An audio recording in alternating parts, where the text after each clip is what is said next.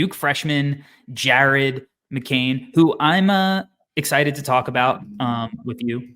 This is a guy that we got to see together for a week in person at the Nike Hoop Summit last year now, coming up on a year. So Jared McCain is a 6'3" guard from Duke, 197 pounds. He will be 20.3 years old on draft night. So, he's a little bit old for, a freshman, similar to like Brandon Miller last year was a little bit old as well. So ultimately it'd be nice if he was younger, but he's not. So it is what it is. But he is playing 31.1 minutes per game, averaging 14 points per game, 5 rebounds per game, 1.9 assists to 1.2 turnovers, 1.1 steal, 0.0 blocks. Shooting 46.5% from the field, 41.5% from three on 5.7 attempts per game, 86.8% from the free throw line on 2.2 attempts per game. Preseason stock price had McCain, ESPN had him at 20. No Ceilings had him at 18. Bleacher Report had him at 59. Yahoo did not have him ranked. The Athletic had him at 16. Tankathon had him at 33. He was the 25th ranked prospect on the DraftDAC IPO with an average stock price of 31.8. Currently, ESPN has him at 19. No Ceilings has him at 15. Bleacher Report has him at 11. The Ringer has him at 16. The Athletic has him at 18. Tankathon at 23. Average price of 17. So, Albert, is Jared McCain stock priced too high, too low, or is it just right? What was the number again, Corey? 17. 17. I'm going to say too low. I have Jared McCain at 15 right now, and moving, right, is kind of where my head's at. I think I'm really excited to get into Scout. It's going to be a different vibe from the Devin Carter aspect of this episode, but there are going to be different things about Jared McCain's game that will maybe get us just as excited. So I like him a ton. Even though I saw him with you at Nike Hoop Summit, I felt like I underrated him this season for a lot of, various reasons. But yeah, just a guy who kind of shot the cover off the ball. And I don't think gets in as much talk about him being, one of the top shooters in all of college basketball. I think he's really good. So yeah, I'm going to say too low. Yeah, I also have him higher than this, so I think it's a little low as well. I have him at 14. I think he's really, really good as well. I think for me, I think we always knew he was good and he could play, but we were always like, is he a guy that is definitely somebody who is going to be in this draft? Right? Like, just thinking like he might be a dude who is the kind of odd man out from a draft perspective. Tyrese Proctor had a lot of hype coming into the year, right? People had him in the top 5 coming into the year. Filipowski, Jeremy Roach was back. It's like a lot of mouths to feed there, right? Like, so it's kind of like, is he going to have enough shots to really get off enough? And he's just kind of like willed himself to be an integral part of the rotation, their best guard. Like, he's, like you mentioned, like might be one of the best shooters in this draft. I mean, his shooting numbers are legit. 41.5% from three and 87% from the line. The free throws, not a ton of volume, but like, I mean, he's just a phenomenal shooter. Had multiple, games where he went off. Huge tournament game, like a dude who's not afraid of the lights. We've talked about before on the show how charismatic he is in person, speaking to you, eye contact, smiling, like totally engaged in the conversation. And that is, not how every person you meet in life, every prospect you meet in life, every executive you meet in life is going to, behave. Like, Jared McCain makes you feel like, oh, we're having a conversation. And I think that energy and that he shows from being a guy who's comfortable in his own skin and like doing stuff, around the school, around Duke, and, being invested in that community, and like just his ability to infect that energy on the Duke team. Like that kind of stuff is like important for a basketball player. Like, like building chemistry and culture and all of that stuff. And he has all of those intangibles on top of the fact that he's like a good basketball player. Right. So, he's just kind of left everyone no choice to just be like, hey, like you have to fully pay attention to me. Because I'm here and like I have, a skill that is, perhaps the most valued skill in the entire league. So with that said, I'm going to give you $10 to invest in Jared McCain, Rob Dillingham, and Isaiah Collier. Jesus. What are you doing to me, man? Okay. Okay. So to give you a little bit of where my brain's at right now, Rob, just really good freshman season. Way better freshman season than I think we expected. Really rough end to the season, not just for him, but for the team. That's such an unfortunate way to end their season, right? The way that things went. Collier, just nightmare start to his freshman season. Goes out with injury, comes back, plays really well after his injury. I really liked a lot of the stuff that I saw from Collier, even though I was kind of out on him for a while. Even seeing him in person, I was like, this is better than the beginning of the year. He's not throwing the ball to the other team every single time type of stuff. And then Jared McCain, kind of that steady hand. McCain just super steady throughout the year. So this is what I'm going to do. I think ultimately, damn, am I going to, I don't know. I don't really like where my head is going. Because, like, a part of me wants to give Jared McCain more than Rob Dillingham.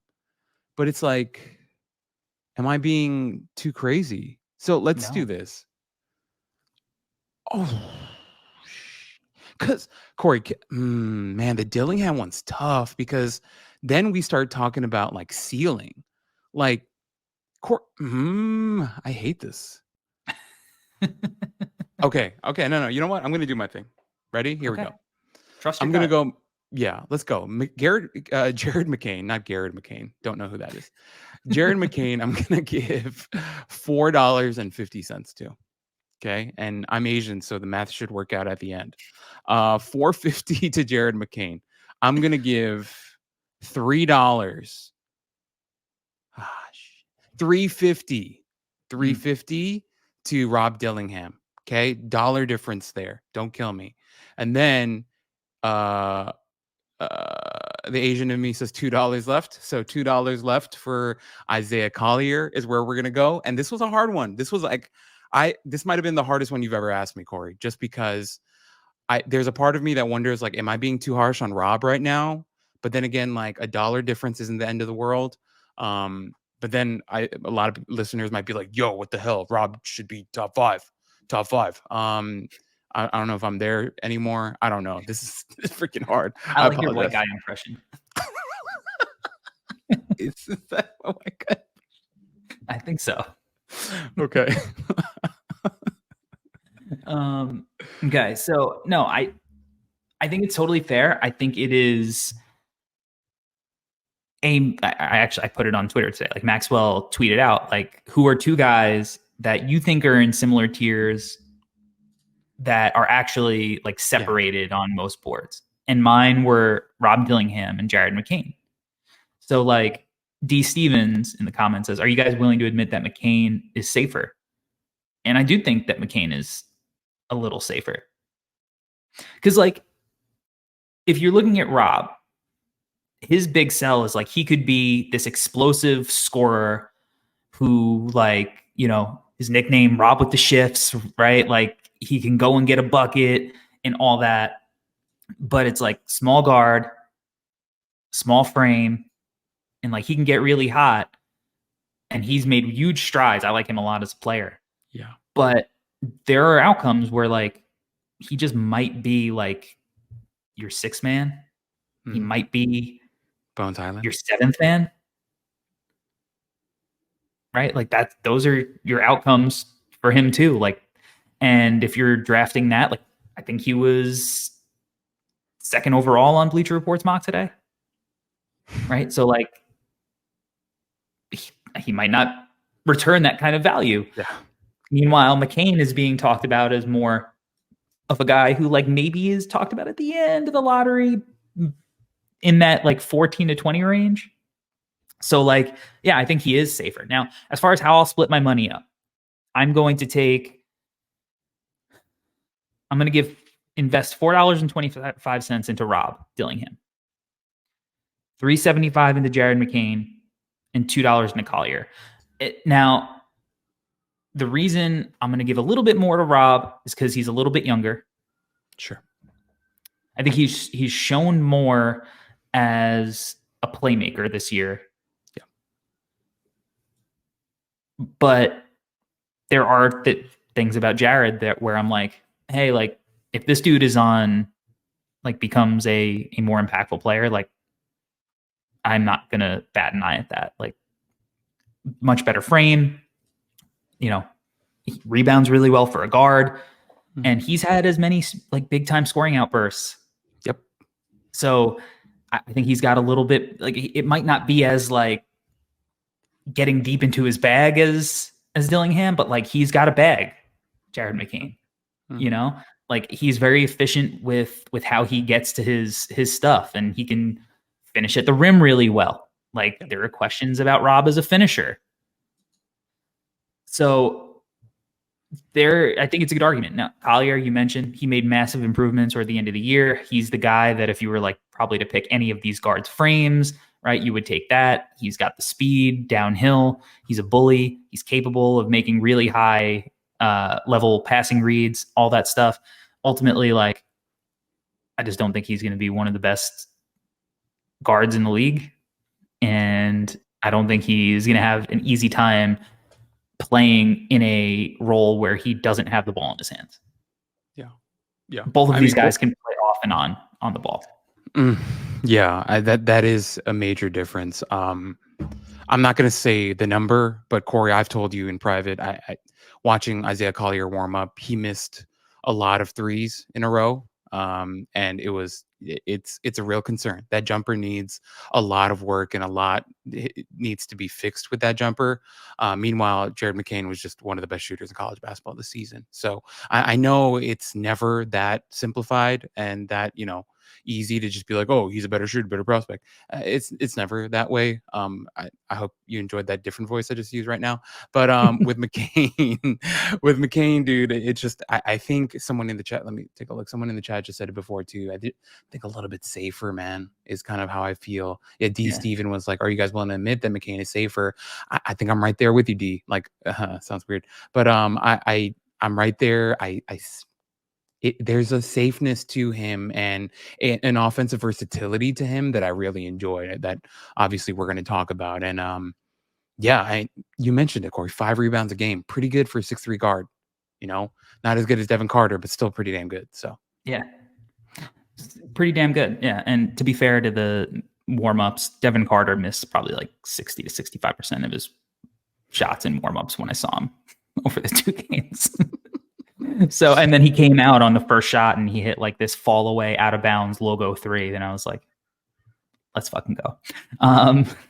But let's get into the McCain scout.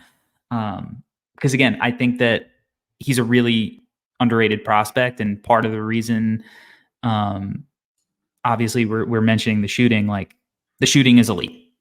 Yeah. It's elite. He can shoot it off the bounce. He can shoot it off the catch. It looks the same literally every single time. Like he seems pretty undeterred by a hand in his face. The volume is really, really good. He's got range. Like he can really, like his shot prep is phenomenal. He can get into his shot like off a hard plant. Like he'll come off like a screen really hard and have the defender kind of trailing, and then he'll just stop. He'll slam on the brakes The defender will keep his forward momentum, and then he'll, be right into his shot prep perfectly on balance. D. Stevens says, look at his bump offs. Like, he uses his thick body well. Like, agreed. Like, he'll dip his shoulder, create a little space. He's just an awesome shooter. He can, whether he's on the ball, off the ball, he's really good. In transition, he'll run to a spot, right? Like, there's not really a ton where you're like, I don't know if this works. Corey, the point that you made about him stopping, I think, is so important, because that's something you see. Like, he'll bring the ball up in transition and literally just pump the brakes, and it just looks exactly the same as if, he was shooting off the catch. What I wrote in my notes is he's built like a fire hydrant. And I mean that in the nicest way possible. Like, he is short and he doesn't have the longest arms, but he's really compact. That center of gravity with him is awesome. He's really balanced. And I think his physique and the way that he's built kind of helps him with that stopping stuff. Like, because he's not crazy long and has like a lot of moving parts, when he does come to a sudden stop, he can get, he can find his balance a lot faster. And so that's something that I really enjoyed with him. The shooting stroke looks beautiful, in my opinion. It looks, and you said it, like, the mechanics of it look great. He could shoot it off the catch a little bit. He's shown some stuff off the dribble as well. But Duke just was like, hey, with Roach and Proctor and Filipowski, we're going to need you to space the floor a ton. And he did that beautifully. He did that. He did exactly what they asked him to do and did a great job of that. And I don't know. Just watching the stroke, it's funny because I was writing my piece on Cody Williams, and Cody Williams and Jared McCain shot the same percentage from three this season, but McCain took like 150 of them, and Cody Williams took like 40 or 50. I don't remember the exact number, but big difference in volume, right? And with McCain, it's that 41% is not, a fluke. Like, he did it with good volume this season and went in a ton. So, and then, beyond that, he showed some stuff in the mid range, and his finish, we'll get to his finishing later, but his finishing was good too. But just a guy that just if we're just focusing on the shooting, that form looks really, really nice. And like you said, it looks the same every goddamn time. So that's usually a pretty good thing. Yeah, absolutely. Okay, so we know he's an elite shooter. So let's talk about some of the other stuff in his game. We know he doesn't have the longest arms. We know he doesn't have he's not the bounciest. He's got 2 dunks on the year. One of them was, that Nice poster they had was very nice. But he's finishing 64% in the half court. Now, he doesn't like put a ton of pressure on the rim at all times. Like, he's not like consistently carving defenses up to get inside and like finishing. But he also doesn't have like crazy heavy usage on this team either, to where he is like, so the fact that he's able to finish, he's able to take contact, he's got really good touch around the rim. The fact that he has all that stuff, I think, and he's not just like a one-trick pony where it's like, all right, he's a shooter, but he's really poor around the rim. To me, I think that's pretty important.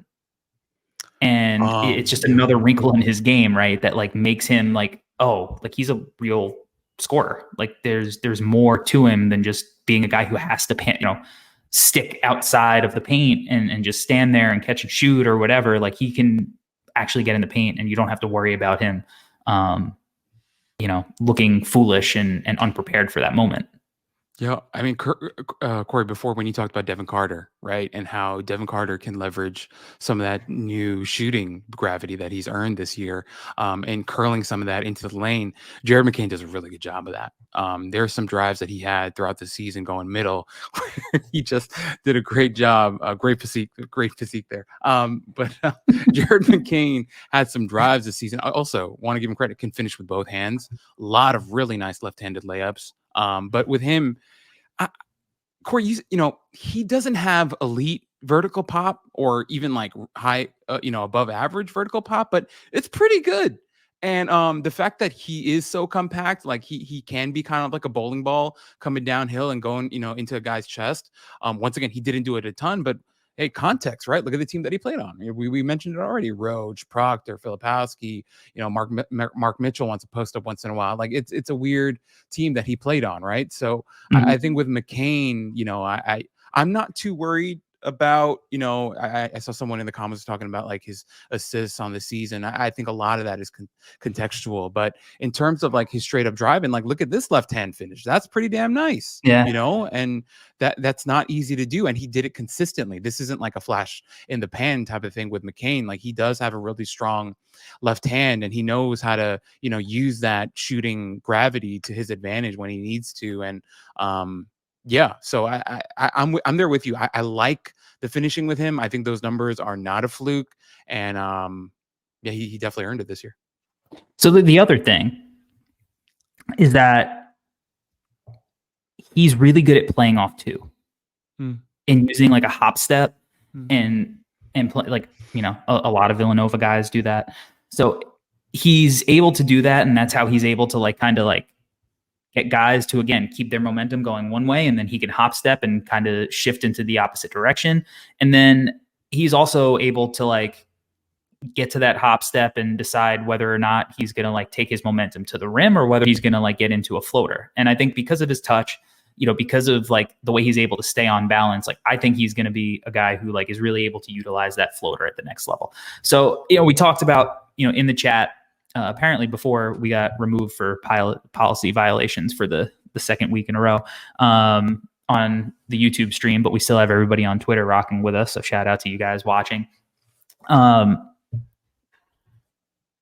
contextual aspect about his playmaking, because that was one of the things that I thought he was like at Hoop Summit. I was like, oh, he's a good passer. And when we look at the context of this team, you mentioned kind of the roster construction. Like you have Mark Mitchell, you have Ryan Young, you have, just like a packed paint a lot of the time.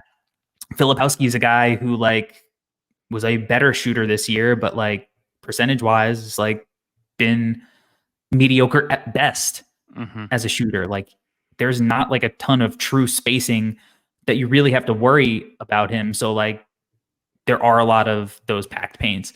And then he just doesn't have the ball in his hands a ton to like go and create stuff. Like, but if you watch him operate ball screens, like the patience and poise, and one of the things he's really good at is getting guys in jail and just using that sturdy frame to make them play from behind, and then making the big have to guard two and play cat and mouse. So like, I think that he is going to be a dude who is like a good passer. And that's why I don't think that you taking Jared McCain over Rob is crazy, because right now it's like theoretical. We saw him at lower levels. We saw it in person, like his ability to make reads and make smart plays. But like at the college level, we haven't seen a ton of it. But it doesn't mean it's not there. Yeah. Right. And I think that it is there. And I think that if he was given the freedom to run more ball screens, and, he had a NBA style roster where you had to respect the spacing of the court, like I think, and he had actual shooters out on the perimeter, I think that his playmaking would look a lot better. And then if, again, like, Tyrese Proctor is the guy who's the lead ball handler on this team, like if McCain had the ball in his hands more, I think that he would be able to show like that plus playmaking that he does have. So I am a buyer of the playmaking. Obviously it's not a guarantee, but I think it's there. No, me too, Corey. Something that I wrote, you mentioned like the cat and mouse game, right? The pick and roll stuff that he can do. Some of the pocket passes he hit this year when he had the opportunities to, just really, really beautiful stuff. And maybe people might be like, oh, you're freaking out about pocket pass. I mean, that stuff is important, right? Like if he's going to be a guy, let's talk next level, right? He's going to be your backup point guard to start. right? Well, you're going to need him to run ball screens. They do a lot of that in the NBA. I don't know if you guys didn't know that, but they do a ton of that. And he does a really good job with everything that Corey you talked about. And he can really make him pay, right? If his defender decides to go under, well, what did we learn this year? He can shoot the shit out of the ball, right? If they play aggressive over the top, then he can put them in jail and can play the cat and mouse game as you mentioned. And he's a good finisher at the rim and he's a good passer. So I think it's going to be really interesting to see how different he looks on the next level when he's not worried about, you know, having to give up the ball to so many other guys. And I also like straight up, I think Duke was just like, we need you to be a floor spacer. He took so many catch and shoot threes this year. And to his credit, he hit a freaking gang of them. So good for him, right? But also that was a big part of his role on this team. So if he's not doing that, right? But now that we know that he can do it on the college level, then it kind of goes the other way, right? In the NBA, you ask him to be the guy running your second unit, but we also know that you could put him next to a guy who can have the ball in his hands a ton and he could be a floor spacer. That's just adding value to his stock, right? He's a guy who can do both in a really effective way. So I'm right there with you. And Corey, it kind of reminds me of last year when we were talking about Brandon Miller. Like we watched his high school tape and he did a ton of mid-range shooting. And then in college, he took a bunch of threes, right? And then people were like, oh, does he have it in his game? And then now on the NBA level, he is taking those mid-range jumpers and threes, and he's got both in his bag. So when I look at McCain, it might be a similar thing, but with like the passing type of stuff, right? Like maybe on the NBA level, he's going to be able to average more assists while also being able to play off ball as well. So although contextually it didn't really let him shine as a playmaker, maybe in the long run, it's setting him up to be even more successful because, he's added this other layer to his game now.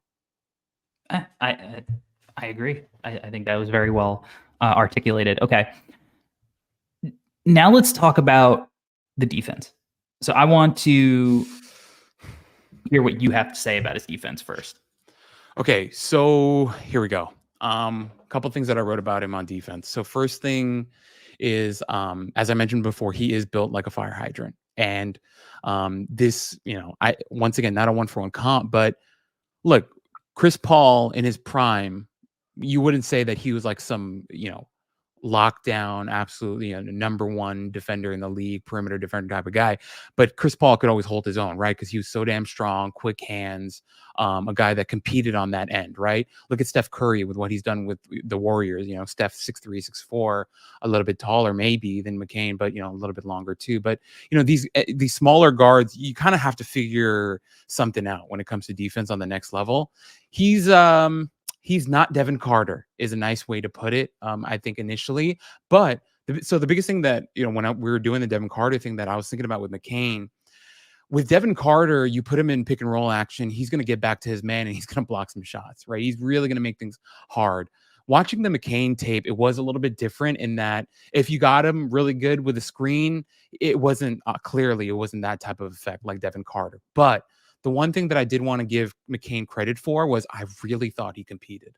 I think it was a thing where defensively, I think he's a guy who's really smart, as we've talked about. I think he knows his limitations, Corey. But at the same time, I think there were moments where he would use his strengths to his advantage as well. And what I mean is, once again, that compactness that he has, there is a strength and grittiness and toughness to him that I think he was able to use to his advantage at times. But you can't mask the fact that he has short arms. Like that's a real thing. I wish he had 3 more inches. I wish his arms were 3 inches longer. I think that would be advantageous to him. But he doesn't. He straight up doesn't. So at times, he will struggle, I think. But so once again, my overall thing with him is I think he tries really hard.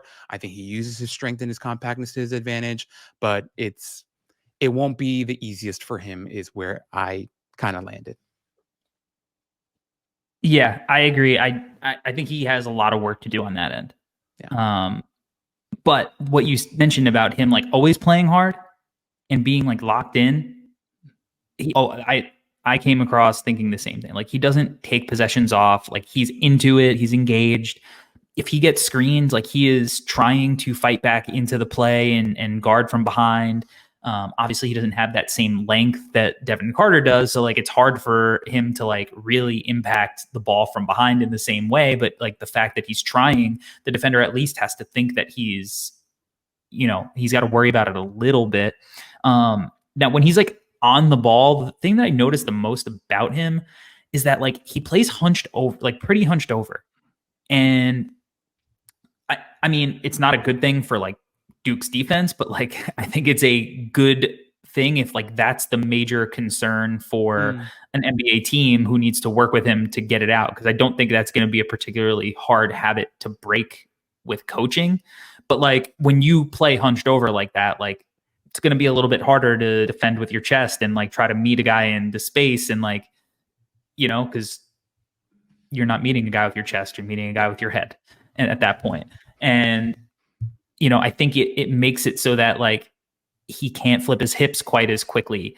And like when you add in the fact that like he doesn't have that length to bother shooters in the same way, like he's just putting himself at a slight disadvantage. So like I don't think he's particularly a strong defender. I think the fact that he's engaged, the fact that he wants to be a good defender, he just has some stuff to work on, mm, I think is a good sign. The fact that he doesn't have the best physical tools, even though he does want to be good at defense, seemingly, maybe not such a great sign if he doesn't figure out, some of the things he needs to figure out. But at the end of the day, like I think he's strong enough that like another reason Rob Dillingham, I think, is more when he's engaged.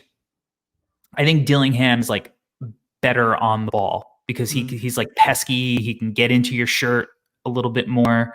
Like he's just like in your shit, annoying, active hands. But like he's you can blow on him at the NBA level and he's gonna fly backwards, right? Like you dip your shoulder into him, he's gonna end up 10 feet away from you. Um, Jared McCain, if you dip a shoulder into him, like he's gonna be able to absorb it Mhm. at least a little bit better, especially as he continues to grow as a player. So like I think there are reasons to buy into that Jared McCain could be a good defender in ways that like I don't think that anybody should really ever get the impression that like Rob Dillingham's going to be a great defender. Yeah, Corey, I think like with Rob, there is like a scrappiness to him that's nice. Like he's down, he's willing to get down type of thing, but it's just when you weigh 120 pounds, it's tough, you know. He also has lapses. Well, that too. You're right with that too, and I think that exactly that's the difference that the differentiation you're trying to make with Jared. But yeah, with Jared though, Corey, I just think it's not his strength.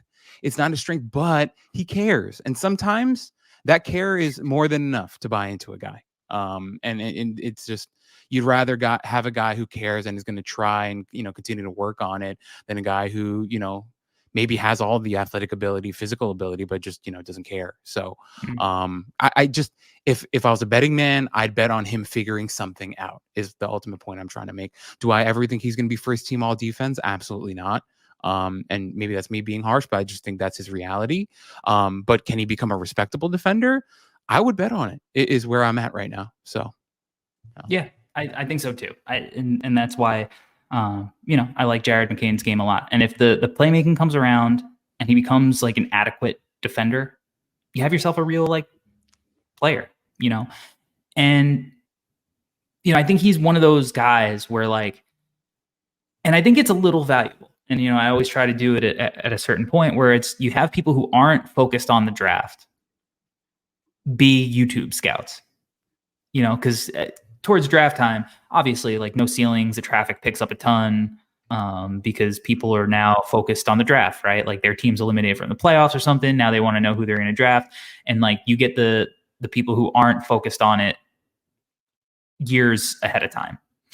So like, I think that's valuable, and I think that McCain, the impression that those people are going to get are like, oh yeah, like this dude's a dead eye shooter. He plays the game the right way. He makes quick decisions with the ball. Like he's got a good frame. Like, yeah, he's pretty small, but like he does all this other stuff. Like, yeah, this is a dude you should take in the lottery. Like, and I do think like there is value to when you don't have time to overthink and overanalyze, mm. you know? not to say that obviously it's not what we do because we're so focused on it and we do like such in-depth scouting, but sometimes to just have those eyes of the person who's just like, yeah, this dude's really good. Like he's a lottery pick. Like look at all these things he can do, and like this is what's valuable in the NBA. I think it's valuable, to hear that perspective sometimes. Yeah, yeah. And Corey, just it always for me, it always comes down to like question marks. How many question marks does a guy have? And I think Jared doesn't have that many question marks. Like I think his role and what he'll be able to do is pretty simplified. So yeah, I agree with you, man. Okay, so what team do you think Jared McCain will fit best on? Okay, so I have a couple of teams in mind. We mentioned Miami before. He makes sense there too. Different type of not Devin Carter, but for different reasons. I think if Sacramento, if they lose Malik Monk this summer, I wouldn't mind that. It's an interesting. At all. Yeah. How about Denver, the Nuggets? What if he fell a little bit and ends up in their range? How would he not benefit playing next to Nikola Jokic, or supporting them coming off the bench, doing some backup minutes for Jamal Murray? I think he could, right? I think that's an interesting one. I'll stop there. I think I like that group right there for now. I like those teams as well. If we're looking at like teams like in lottery range, like New Orleans could be interesting.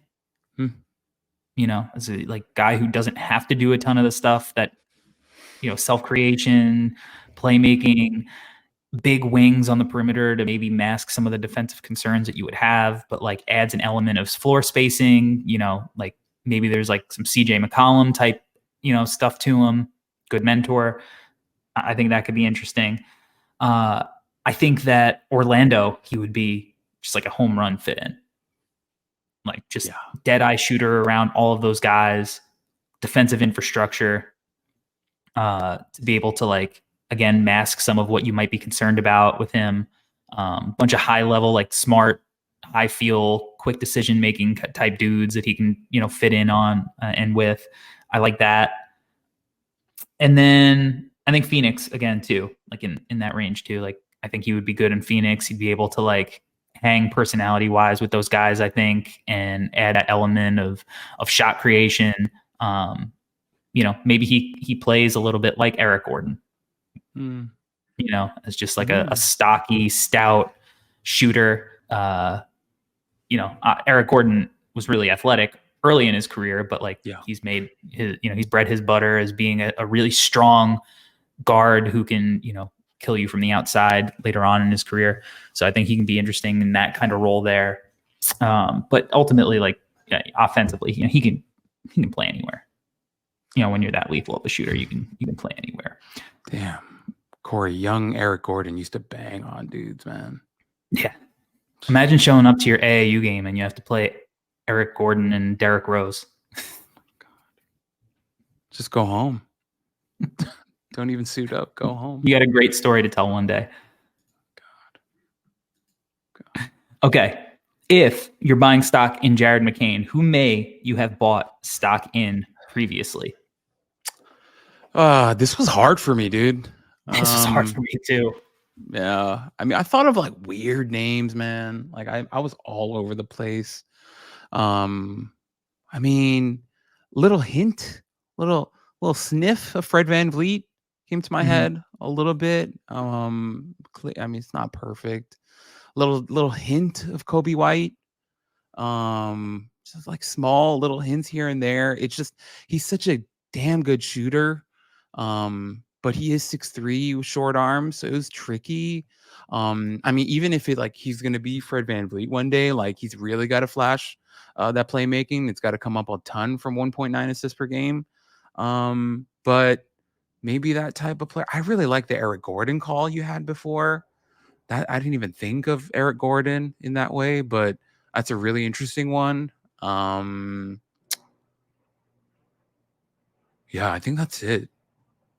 Yeah, he was tricky. He was tricky for me. Like the Eric Gordon one, I literally just thought of while we were talking that team thing through.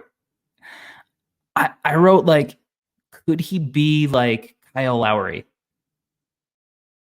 Like obviously the defense is a big differentiator Mm, ultimately, but like, could McCain get there?